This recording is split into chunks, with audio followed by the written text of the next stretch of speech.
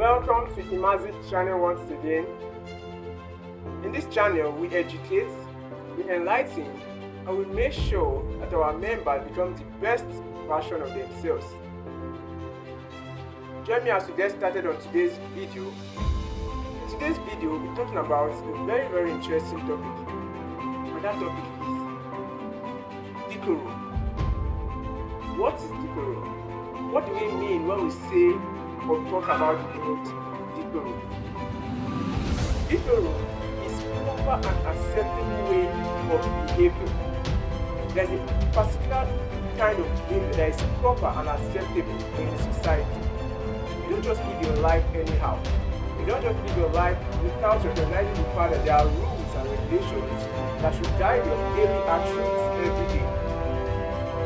DECORUM can also be referred to as adhering to social norms and conduct that is considered acceptable in the society. There are social norms and attitudes, or there are code of conduct that are considered acceptable in society. And when you adhere to such code of conduct that is considered acceptable, it is said that you have DECORUM. DECORUM also refers to a way and manner of behaving, a way and manner of speaking, a way and manner of living your life. There's a particular way you are expected to live your life. There is a particular standard you are expected to live your life. You don't just wake up in the morning and live your life anyhow. That's the essence of DECORUM. So join me as I take you over to the next stage, which is the example of DECORUM. We have several examples, but one of them I will be giving to us is social DECORUM. Social DECORUM can be referred to as unwritten rules and code of conduct that guide our behavior in social situations. When you go for parties, there is a particular way you are expected to behave. The way you behave in the party is not the way you are expected to behave when you go to your office, right? The way you behave in your office is not the way you are expected to behave when you go to your friend's place or when you go to visit a friend. So each of these social situations have their different code of conduct. That is why they call them unwritten rules. It is not written, it's something that is supposed to flow from you, right? When people see you, they see this behavior, they see this mannerism of doing things that make them know that this person has the virtue of DECORUM. Now, when we talk about social DECORUM, talking about different ways you are expected to behave in different social situations, one of them is speaking politely and listening attentively. When you come in contact with people, do you just speak and all over the place you are the one speaking? Or do you speak and then allow the next person to speak in turn? Always learn how to speak and allow other person to also speak. Do not speak and then all over the place, or at every moment you are the one speaking or taking the floor. Always speak and then allow other persons to take their turn in speaking. And not only to speak, learn how to speak politely. Use polite languages. Use languages that are polite and civil.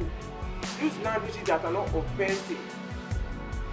And learn how to listen attentively. How do you feel whenever you are speaking and another person is listening? There's this joy, right, that you feel inside of you. There's this comfort. There's this joy and desire that you have inside of you that shows you that yes, somebody is actually listening to me. That is the same joy another person will also have if you are in that position listening to them and you see them speaking.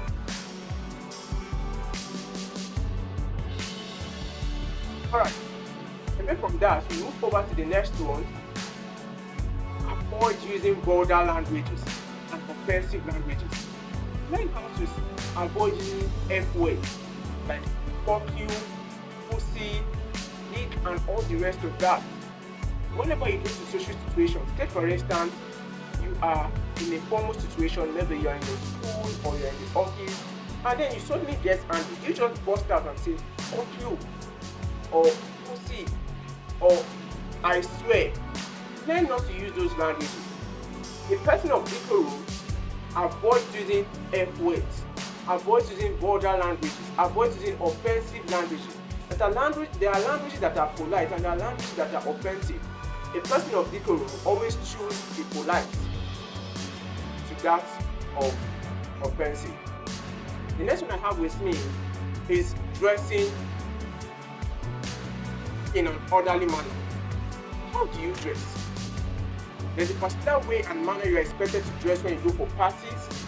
There's a particular way and manner you are expected to dress when you go for your office functions. There's a particular way and manner you are expected to dress when you go to the classroom, right? These different aspects of social functions have their different code of dressing. But we discover that nowadays, or during our different activities, some of us put on clothes we are expected to wear to parties, to church. And then when we put on clothes we are expected to wear to church, to our workplace. This is not proper. A person of decorum will always learn how to wear the appropriate clothing in the appropriate occasion. That shows that truly you have the attribute of decorum. The next one I have with me is learn not to interrupt persons when they are in a deep conversation. A person of decorum does not interrupt persons when they are in a deep conversation. If, for instance, you are going to somewhere and then you saw your close friend in a deep conversation with somebody, and then all you wanted to do was just to say hi to your friend and then move over to the next phase of your life. Instead of just allowing that conversation to finish between your friend and the person is having the conversation with, why do you just go to interrupt the conversation and then all you have to just come to say is hi, and then you just ended a particular conversation that they were having, heart-to-heart conversation, just to come and say hi? Learn not to interrupt when people are having deep conversations. If you must say something, then you wait for the conversation to finish. That shows that truly you are a person of decorum. Don't just interrupt people when they are in a deep conversation. And then lastly, the last one I have with me is always use respectful language. Learn to use respectful languages. When you come in contact with persons, people actually view you from the way, or people access you from the words that comes out of your mouth. So if you want to be a person of decorum, learn to always use languages that are respectful. Learn to be polite. Learn to always use languages that are not offensive. And when you try these different methods I've given you, truly you'll be respected and you'll be seen as a person of decorum. Thank you so much, guys, for watching my video, and I urge each and every one of us to like and follow me as I keep on